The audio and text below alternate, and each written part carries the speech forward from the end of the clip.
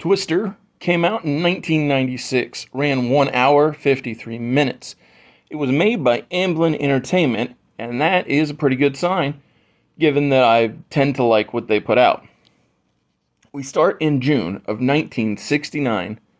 Was that the summer of 69 that Bryan Adams sings about? We start with a young family, and there's a big storm. The youngest member of the family, the daughter, is trying to get their dog to safety, and they do. So that's pretty cool. Hey, look at that. I know the father from 11/22/63. Oh crap. The father is gone. He really should have stayed away from the cellar doors, because trying to hold it to protect his family got him sucked up into the storm. The movie says now, and I wrote in quotation marks now because their now is 1996, not our now, which is 2024. The Weather Center says this could be a record day for storms. We meet Bill Paxton. He is en route to meet up with Joe, Helen Hunt. She says a bunch of jargon. Then we see Philip Seymour Hoffman and Ferris Bueller's best pal. His name is Dusty. And this interaction, while early, is very fun and makes me want to check out some more Philip Seymour Hoffman stuff. Bill Paxton is here to pick up divorce papers from Helen Hunt. She says that she signed the papers, but I bet not. I've never really understood that reoccurring theme within movies. The concept of not signing divorce papers. Because I'm like, the thing is, you're not together, and I assume one or both of you didn't want to be together. Did Bill Paxton leave Joe? I don't know. I don't understand the dynamic just yet. Joe excites Bill with a device called Dorothy. It doesn't mean anything to me or Bill's new woman, so then that means that they have to explain it to us. Dorothy is a sensor delivery device. That's kind of nifty. Bill's old team is so lively. Why would Bill want to leave them and or Joe? Especially for this new woman. She seems kind of boring. Although, maybe that's the case, as he picked her because of how different she is to Joe. Or was it that Joe broke up with him? Either way, I still don't understand the delay of ending the marriage, if that's what you want. The new woman asks Bill if he wants to ride with his old team, and he says no. But then he sees that Joe didn't sign the divorce paperwork, and so he ends up joining them on their mission to chase storms. Now we meet Jonas, the highly funded rival. Jonas has his own tech, like Dorothy. Jonas is Cary Elwes, but to me, he will always be Wesley, the Dread Pirate Roberts. Oh man, such a classic The Princess Bride is. It is a real competition now. Bill seems to legit be back in 100% now. Jonas wants to know which way Joe and Bill are going before he makes a move. Joe tells the new woman that Bill knows what the storm is thinking. Dusty has such fun energy. He reminds me of that Truffle Shuffle kid from the Goonies. So Bill walked out because Joe was super preoccupied, or possibly even the word obsessed might work, with her work. A tornado is spotted. I remember seeing a tornado while driving from Ohio to California. That was not a fun time, although thankfully I was able to just keep driving and avoid it altogether. Joe and Bill feel incapable of speaking without arguing. This woman is insane, is just a reoccurring thought. Helen Hunt, I mean. Big fan of Bill Paxton protecting Joe, that nutcase, as the truck they were in gets sucked into the tornado. And unfortunately, the mission was basically for nothing. The tornado didn't take the sensors. It just took the truck and then dropped it on top of its roof. Dusty is by far my favorite character in this because he is so jovial and upbeat. Really enjoyed that Philip Seymour Hoffman guy. The new woman in Bill's life is shocked they are going to try again, and I might be right there with her. These people are just crazy. This storm looks so dangerous. Such a big fan of Bill Paxton's work. He just feels like he always delivers when I see him in movies. Oh, look, the flying cow, just like from the poster.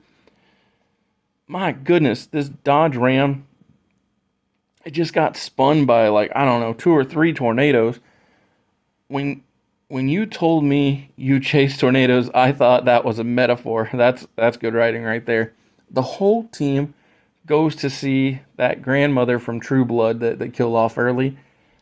Basically, the only character that I thought was good in that entire terrible show. Really nice, sweet lady. Jonas is on TV and he talks about how this is man versus nature, and I really enjoy Carrie's delivery. Bill's new woman asks why the team calls him the Extreme, and they say, well, it's because Bill is the most extreme. I was. Bill says to her that I was not naked, I was without apparel. The team is asked by the new woman in Bill Paxton's life, is there an F5 out there? And they say that Joe is the only one of the team who has ever seen an F5, and this is a callback, unfortunately, to where Joe lost her father back in 1969. I can't help thinking about Brock Lesnar at a time like this, since his finishing maneuver was always called the F5. And it's just a really great name because, as they say, a tornado only gets its grade, whether it be F1, 2, 3, 4, 5, after you see the destruction. And so it just proves by using that name that Brock Lesnar is a destroyer. The team has to eat and run. More tornado action is on the way. While I generally like the team, I just think what they are doing is out of the realm of anything I can understand, this chasing tornadoes thing. Back to the rivalry of Team Joe and Team Jonas. Bill tells Joe to turn off the road that they are traveling on, and Jonas doesn't follow them. The tornado is on the ground, half a mile wide. Dusty says that this is the fun part, sweetheart, when he's talking to Bill's new woman. And this character, he just makes me want to watch Philip Seymour Hoffman movies because Dusty is so fun. Bill and Joe are right in the path of the tornado, trying to get Dorothy to be taken up into the twister. How did the tornado just disappear out of nowhere? Well, according to Bill and Joe, it is back building. I mean, I guess that's a real thing. I don't know. No wonder Bill left Joe. She is so fueled only by getting this information on tornadoes that she's basically on a suicide mission. Joe, even though Bill was the one who departed, just feels like she can't come to grips with them being apart or separating. Somehow he and Joe both still have feelings for each other. It's a weird dynamic with the way things have been established. And of course, because now that we know Joe has feelings, she has to sign the divorce papers because, again, this is just how pop culture treats marriage, breakups, divorce, things. I will never understand it, but really takes me back seeing all these ashtrays out in public conveniently in the hotel and in the car, and the drive-in movie theater, it gets destroyed. The tornado is visually stunning with everyone hiding from the storm. The level of fear that you can see on the people's faces, it just reminds me of Jurassic Park and the concept of, man is no match for this force of nature. Again, to the surprise of no one, when Joe signs the divorce papers to be done with Bill Paxton, of course his new woman must leave him because, again, this is the world of pop culture and that's what we do. While Joe and Bill and the team were a part of the storm that took out the drive-in, that same storm took out the grandmother from True Blood's house, and so Joe and Dusty, the team, Bill, everybody goes to make sure that she is okay. Thankfully, they do I mean, she's not in good shape. She's bloody and mashed and hurt, but she gets taken to off in an ambulance, and the team takes her dog Moose with them. And Meg's dog, he's super fun. Dusty tells Joe that they're predicting an F5, and Meg tells Joe to go do this. She's the only one that can that she believes can stop it. Which this scene, where before they take Meg off to the hospital, I think is the thing that really put it over the top for me and put it in that great territory, because the writing is what really clarifies what the whole thing was about. Like, the music is epic for this part. You see all these great visuals, but it's really the writing of Meg believing that Joe has the capacity to get out there and figure out with their sensors how to stop these tornadoes from taking people's lives apart, tearing apart families, like what happened to Joe and her family back in 1969. Speaking of that, they do kind of an echo of that scene in the climax, and yeah, it thankfully though Bill and Joe both survive. Of course, they got a kiss because we signed the divorce papers, so now we're back together. But in the end, it does get a great 5 out of 5 star score. This thing it stood the test of time. Whether it's your first time here or you're a regular here at Mr. Super Oz, I just want to thank you for tuning in to the channel. It exists because I, Oz, from the channel Mr. Super Oz, I wrote a 68-page graphic novel called Everlasting Survivors. Volume 1 is called All Day Long. If you follow the link in the description of this video, you can get yourself hats, shirts, posters, all kinds of fun things. But most importantly, you can get the story itself. And the more people that pick up the story, the greater the chances are that there can be continued adventures with these heroes. If you could, give it a like, subscribe if you haven't already, leave a comment, enjoy. Twisters came out in 2024, and it ran for 2 hours, 2 minutes. When we meet the current era team, there are 5 members, and I thought, oh, we're going to start this thing completely differently than the original Twister movie, because it seemed as though we were going to stay in the now modern time, whereas the first one opened in 1969 and then moved to 1996. It turns out I was wrong. They still do a time jump, but it's only 5 years and not many, many more. So the original 5-person team is Kate, Javi, and so I think it's Jeb, Praveen, and Addie, maybe? Something like that. Whatever. The original 5 team members, before we jump to the present, are working together to try and get a grant to help fund their research. The main character, Kate, believes that she can basically make tornadoes dissipate with a certain chemical combination, I'll put it, for simplicity. And so the young team, are being very, let's say, dangerous for the time being. And unfortunately, 3 of the 5 do not make it out from the opening few minutes of the movie. When we jump to 5 years in the future, Kate is working at like the weather tracking center in New York, because the movie starts in Oklahoma. I think it's Oklahoma. It's somewhere in the South. I'll say that for dang sure. And then Javi comes to recruit or attempt to get Kate to help him and his new team, which are called Storm Par, because Javi knows that Kate carries that very Bill Paxton element of it all, the idea that she can sense where tornadoes are going to go.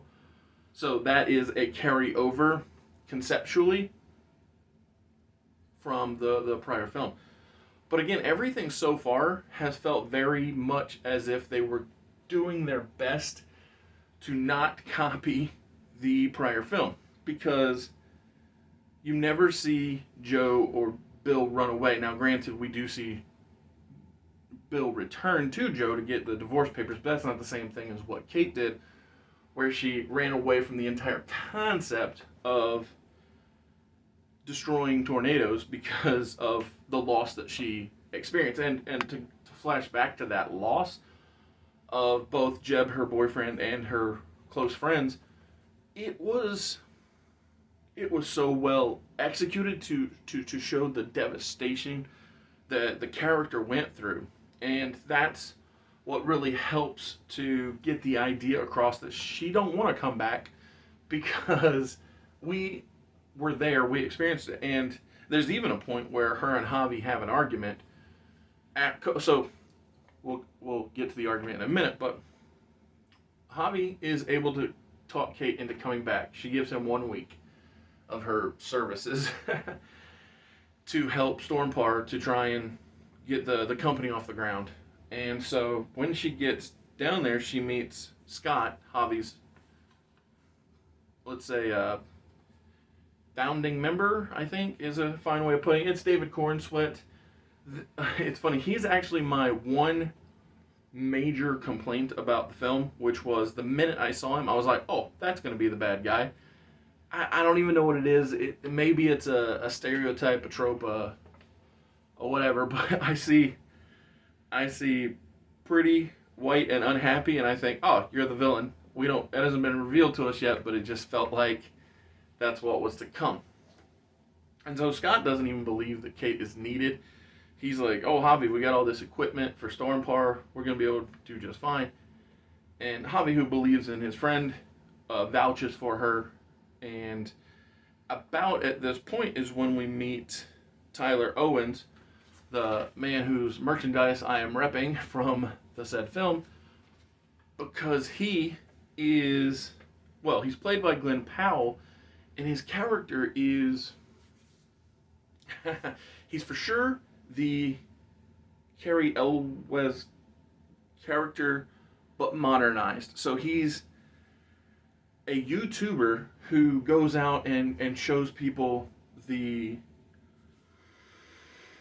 dangers of tornadoes by putting augers in the ground and literally being in the midst of the ride, if you will, like just the same concept as the shirt here, where his truck is deep into the tornado itself. And so when we meet him, Kate and Javi, Scott too, David Cornsweet, they all think, oh, this hot dog, this show off, this the attention hog, if you will, is just in the way. Not all that dissimilar to Joe and Bill's feelings toward Jonah, played by the Dread Pirate Roberts Wesley from The Princess Bride. And so, in this moment, I knew, well, that and the commercials kind of don't quite give it away, but they definitely make sure that you like Glenn Powell from the commercials, because he's a very popular fella in the now. And so I had the feeling that he was not going to be the actual antagonist. And like I said, when I met David Cornsweet, I thought, it's gonna be you. I mean, there is another very little scene antagonist or bad guy, and it's a real estate mogul who's buying up the destroyed properties. He's actually the person who's funding Stormpar, and the reason he's funding them is so they give him the researches where tornadoes will land or touch down, so he can swoop in and get land for the cheap, which then Kate gets in her feelings about. And Javi makes a good point, and this is actually when they have the argument. It's like, well, he's paying people who have nothing, and yes, he's getting something out of it, but they're getting something out of it too.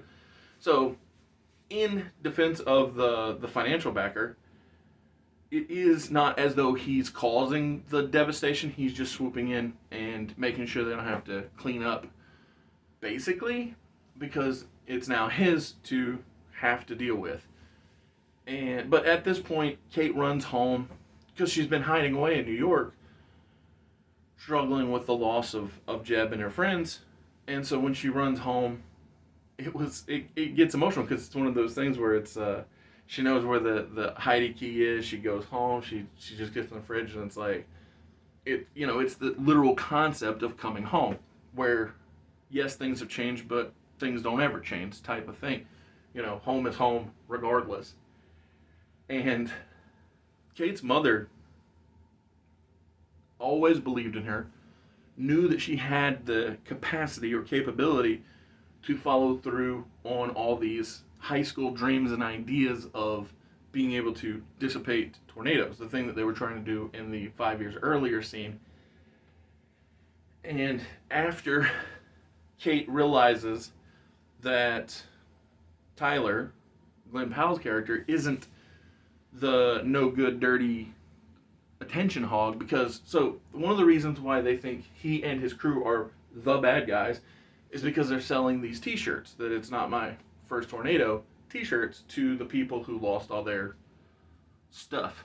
But then when she realizes that they only sell the shirts to be able to fund them giving away food to the people who have lost everything, that's when Kate realizes that maybe she's playing for the wrong team kind of concept, and that Storm Parr isn't above board necessarily. Again, I think that an argument could be made that both sides are not bad. It's just they're coming at things from different perspectives.